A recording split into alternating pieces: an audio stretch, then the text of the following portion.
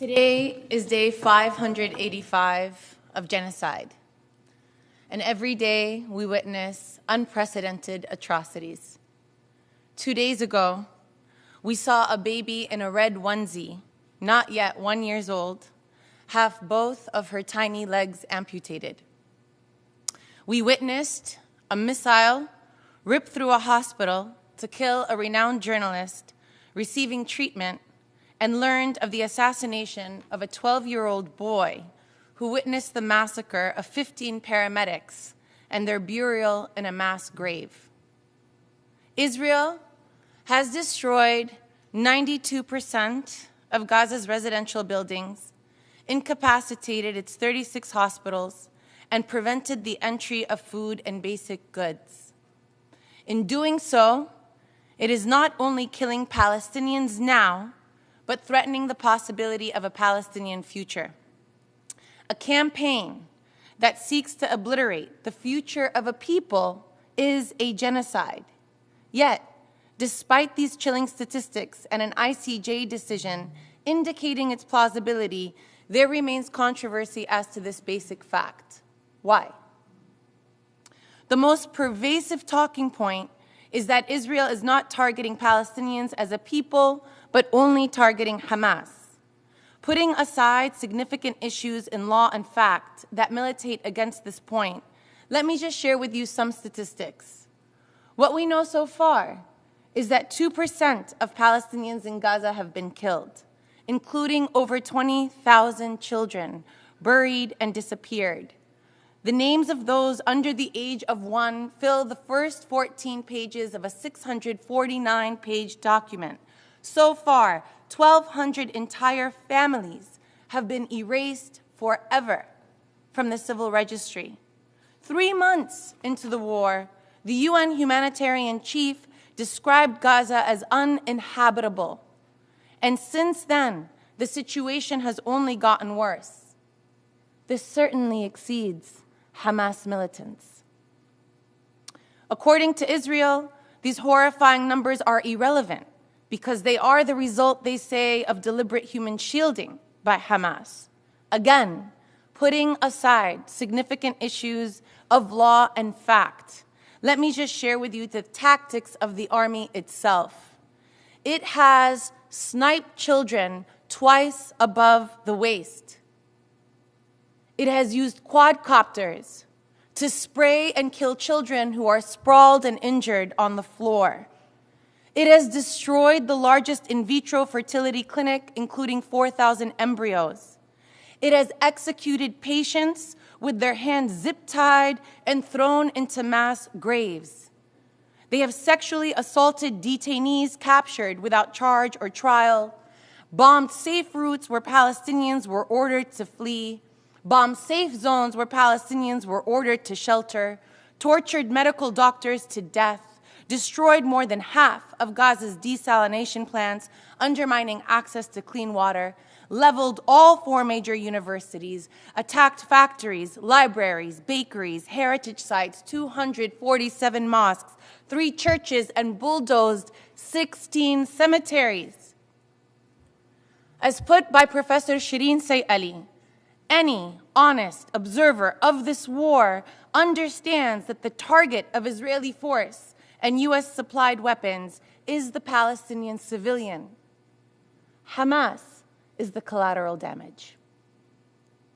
The purpose of this campaign is the destruction of the Palestinian people for the sake of achieving long-term Israeli security, what I term Nakba peace, a violent oxymoron that predicates Jewish Israeli safety on the elimination of Palestinians. In pursuit of its territorial ambitions to achieve unchecked Zionist settler sovereignty, Israel has removed Palestinians for 77 years and counting. It has imposed a permanent military occupation on the West Bank and Gaza for 58 years and counting. And it has besieged 2.3 million Palestinians, who are now possibly only 2 million because of this past 19 months, besieged them for 17 years and counting. What we have been witnessing for the past 585 days is the cruelest and most violent episode of the ongoing Nakba. This did not start on October 7th, nor was it a response to October 7th that provided a useful cover in order to accelerate this massive removal. On October 12, 2023, Agricultural Minister Avi Dichter told us plainly, this is Nakba 2023, a campaign that is evidenced across Palestinian geographies, including in the northern West Bank, where some 40,000 Palestinians have been removed just this year.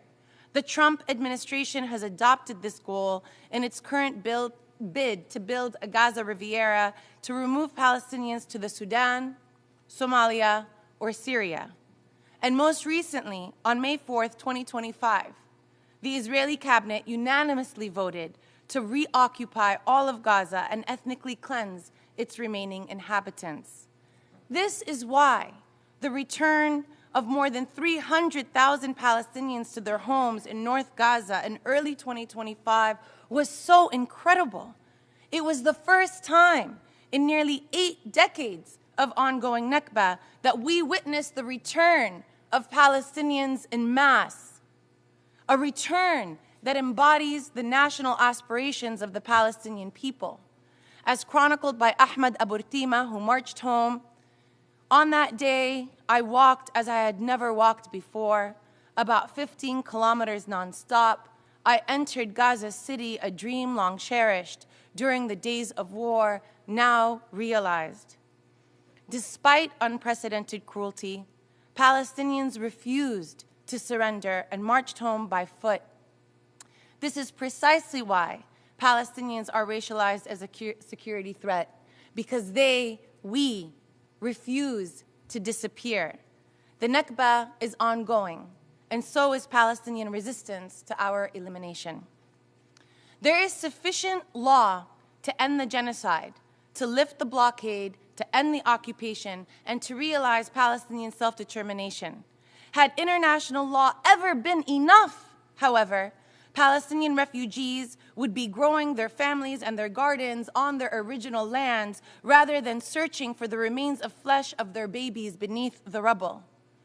Remarkably, the time of genocide has also been a moment of significant judicial strides furthering Palestinian liberation.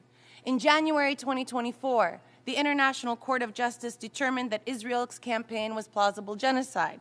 In May 2024, it issued another provisional measure ordering the withdrawal from Rafah. That same month, the International Criminal Court finally issued arrest warrants for Benjamin Netanyahu and Yoav Gallant. In July 2024, the ICJ issued an advisory opinion determining that Israel's presence in the West Bank and Gaza is unlawful, ordering it to withdraw its settlers and military from the territory and to provide reparations for the Palestinian people. Last month, the ICJ heard an argument on the legality of banning UNRWA, the UN refugee agency responsible for humanitarian relief, and now banned amid a starvation campaign that has killed 57 children in 2 months. This is not a legal controversy. It is a political one. The United States, among other states, has wrung its hands behind judicial rulings, but this is selective deference to the court.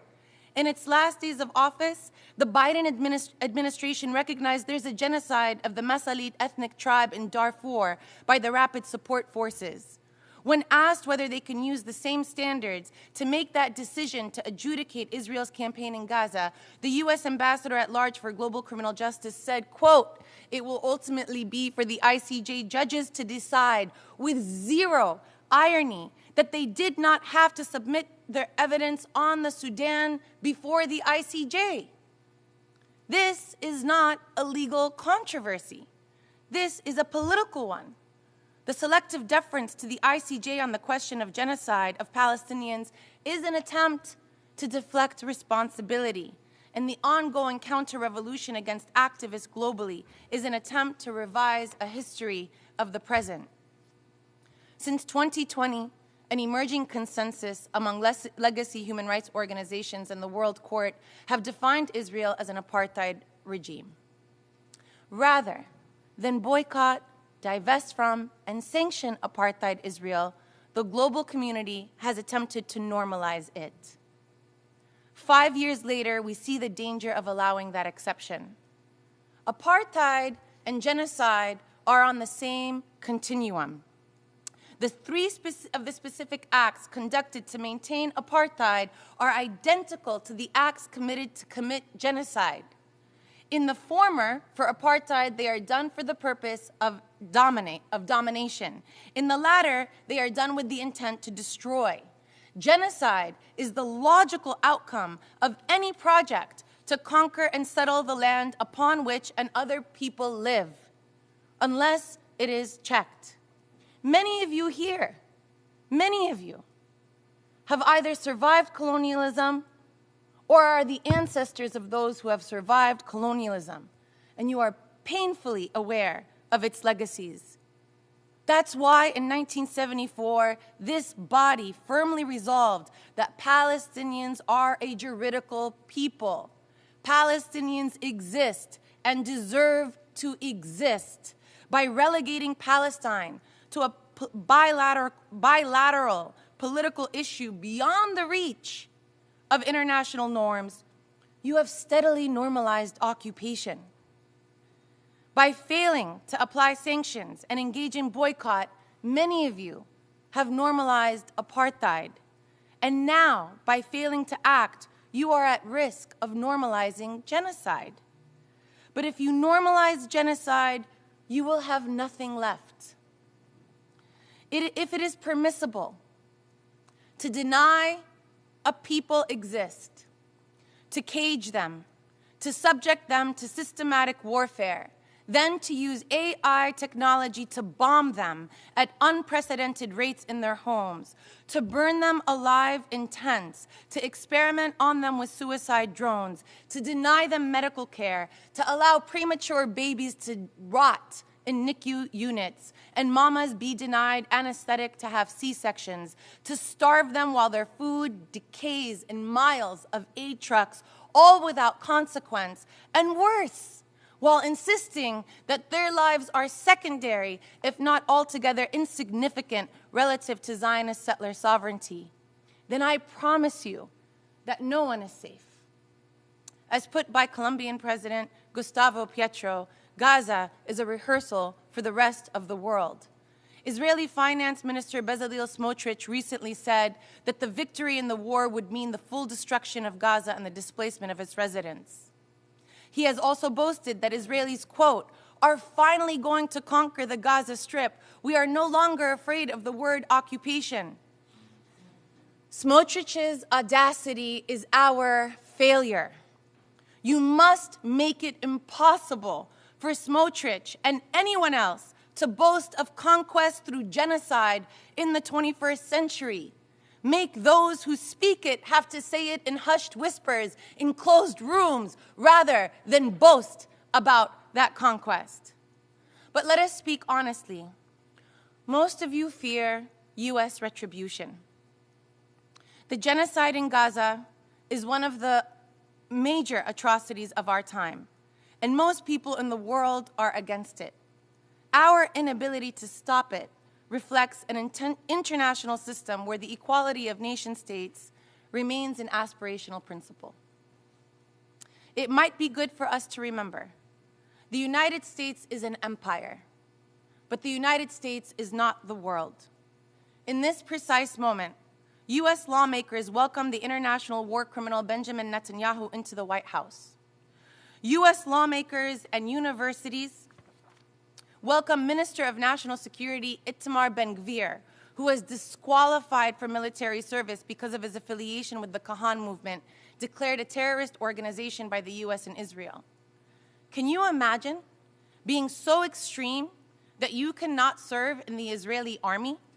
The same army that sprays 5.5-year-old girls with 335 bullets and executes 15 paramedics and buries them along with their ambulances in a mass grave?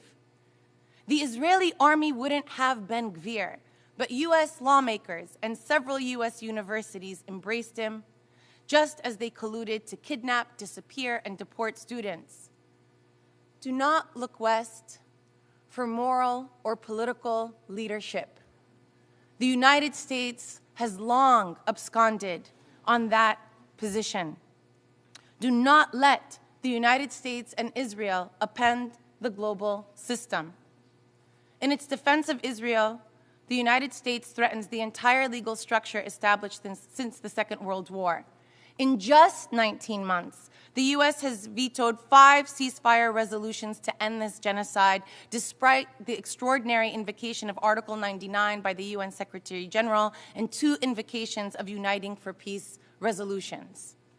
Both the Biden and Trump administration have denigrated the ICJ. U.S. National Security spokesman John Kirby described the ICJ case on the Genocide Convention as, quote, meritless, counterproductive, and completely without any basis in fact whatsoever.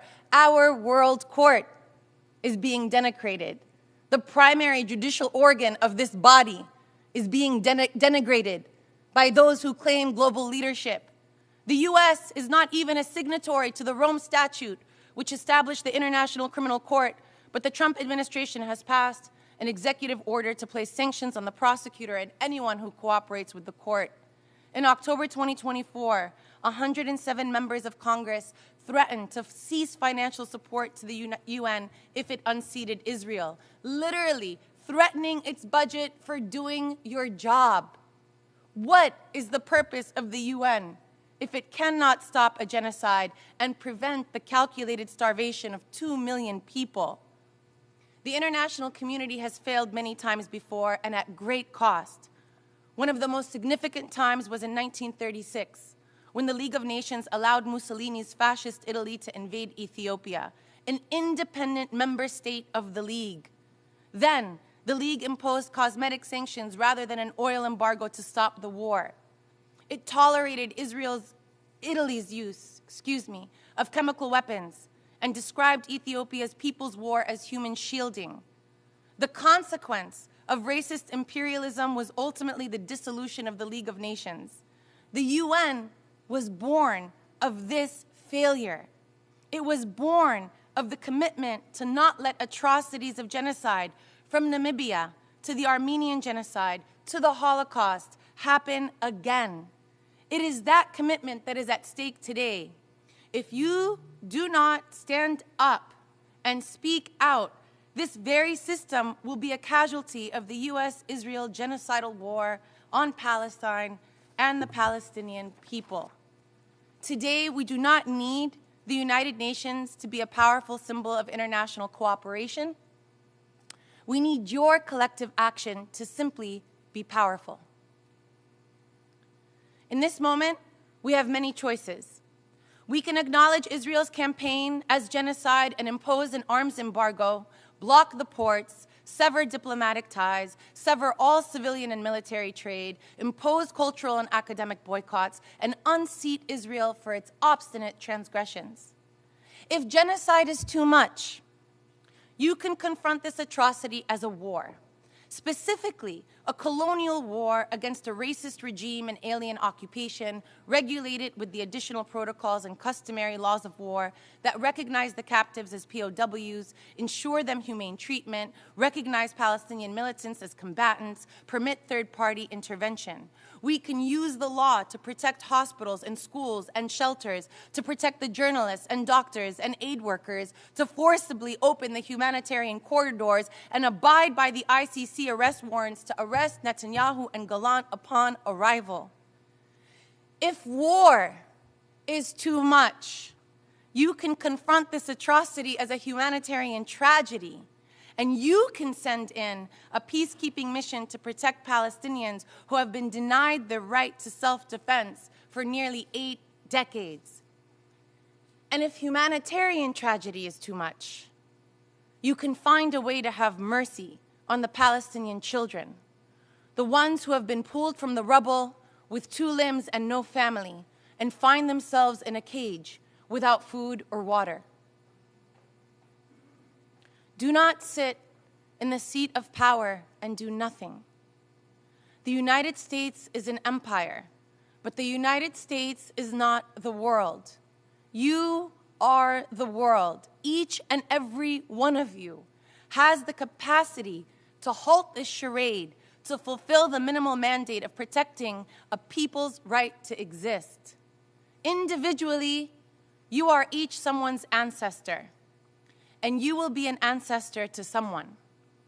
Our time on this earth is ephemeral, and I implore you to give it meaning. As the Palestinian poet Mahmoud Darwish reminds us, we are not the most chosen people in the world, but no one is more chosen than us. You cannot abandon Palestine without betraying your legacy, your progeny, and yourself. May we transform this world into a place worthy of our children. May you be protected. May you be strong. May we be victorious. Free Palestine, and may Palestine free us all. Thank you.